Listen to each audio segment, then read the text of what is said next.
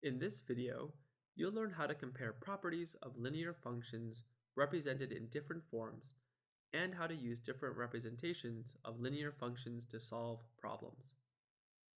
Functions can be represented in many different ways, such as an equation, a graph, a table of values, or a verbal description. When looking at the different representations of linear functions, two important properties to look for are the slope and Y-intercept. How do you determine the slope and Y-intercept from the different representations of linear functions? For an equation in f of x equals mx plus b form, the slope is m and the y value of the y-intercept is b. So the y-intercept is the point 0, b. In a graph, the slope is the ratio of the change in y values to the change in x values between any 2 points on the line. This is represented by the formula m equals the difference between y2 and y1 divided by the difference between x2 and x1.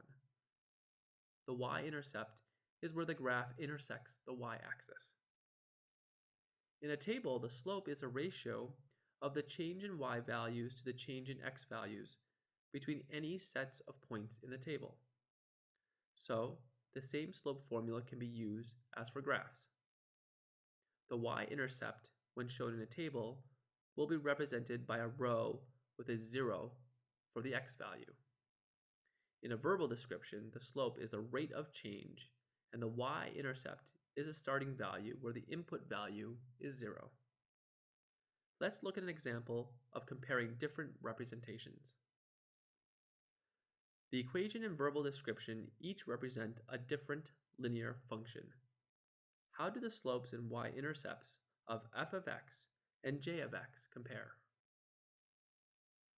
First, determine the slope and y-intercept for each function. The equation is already in the form f of x equals mx plus b. So the slope is m, which is 3. And the y value of the y-intercept is b, which is 1. So the y-intercept is 0, 1. Convert the verbal representation of j of x into an equation to make it easier to determine the slope and y-intercept. 2 less than means you will be subtracting 2, and half x is 1/2 times x. So 2 less than 1/2 x is 1/2 x minus 2. This is the equation for j of x. Now, looking at the equation, you can easily see the slope is 1/2, and the y value of the y-intercept is -2. So the y-intercept is 0, -2. Now answer the question, how do the slopes and y-intercepts of f of x and j of x compare? F of x has a greater slope and a greater y value of the y-intercept than j of x. Let's look at another problem. Which function equation can be used to represent g of x? The graph of g of x is a linear function since it makes a straight line. So, the answer could not be the exponential function shown in option D. To find the slope from the graph, pick 2 points on the graph. For example, you could use 1, 3 and 2, 7.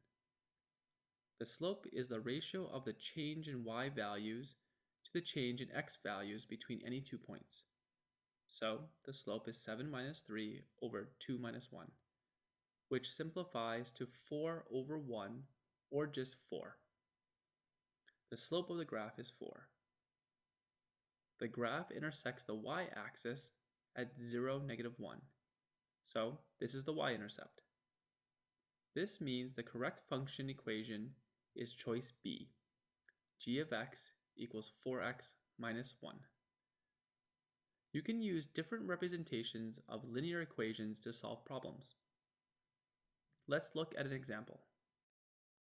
Mario's Pizza charges $12 for a large cheese pizza, and then an additional $2 for each additional topping.